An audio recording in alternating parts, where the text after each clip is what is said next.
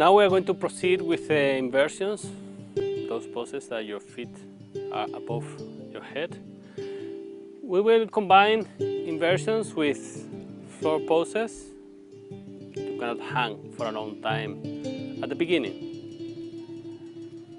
The floor poses are also connected with the inversions that we are going to be doing. So, for the first inversion, it's a forward bend.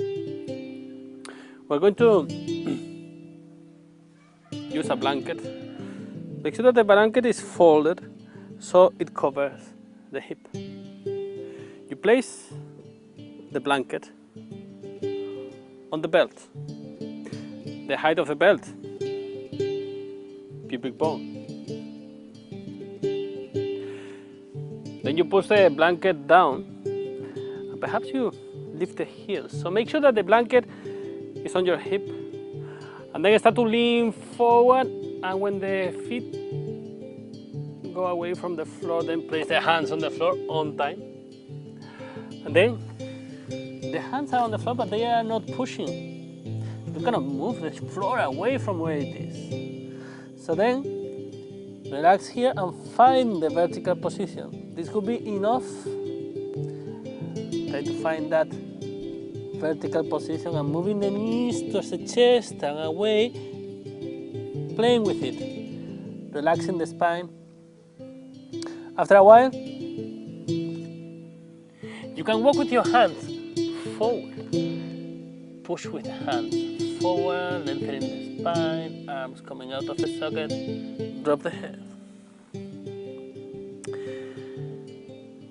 This is a variation of Adho Mukha Svanasana, downward facing dog. To go out of a pose, you place the feet on the floor and walk forward. Hold the belt with one hand. You can feel dizzy, so much blood in the head. And then go to the floor. Do the child pose, supported child pose. Back part of the elbows on the bolster. Forehead on the floor. Make sure that your spine is length. And relax here. It's very important to do this pose on the floor after each inversion, so then the excess of blood in your head goes back into the bloodstream in the body when the neck relaxes.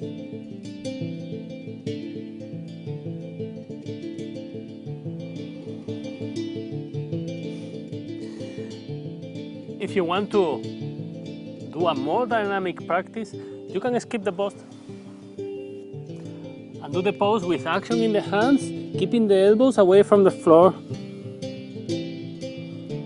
Make sure that the neck relaxes here in this pose because the forehead rests.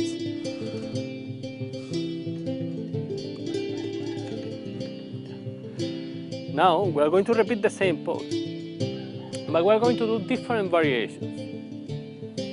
So, the belt is in front of you.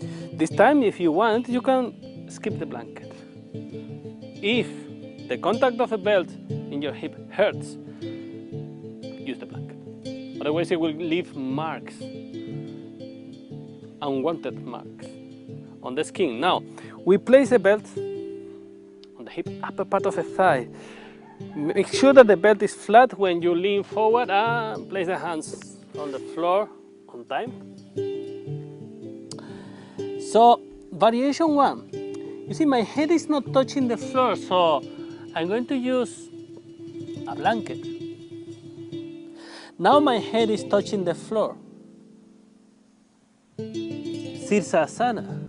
Interlock the fingers behind the head, push with the hands down, and with the forearm, the shoulder blades moves away from the ears. Then, another variation, you can interlock the fingers behind you and drop the hands down.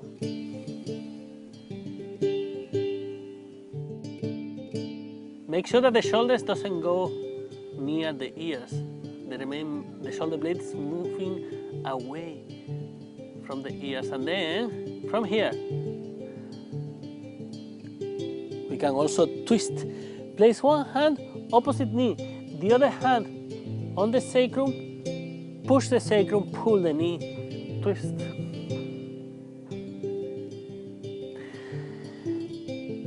Of course, the other side too, pull the knee, push the sacrum. And then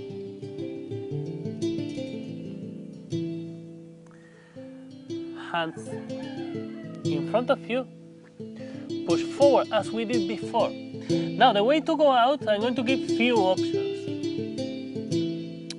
You can go out the way that we did before, or you can catch the belt as far away as possible from your hip, forehead to the knees, and then bending the elbows, pull, follow your knee. Also, you can try a back bend here. Another variation of Shavasana. Extend the legs back, open the chest. And then come out of the pose. And there is a third option that is using the same that we just did, but swinging. So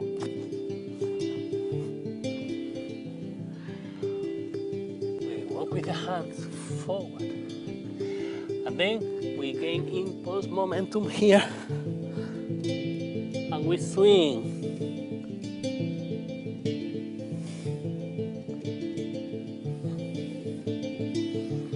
And then to go out of the pose.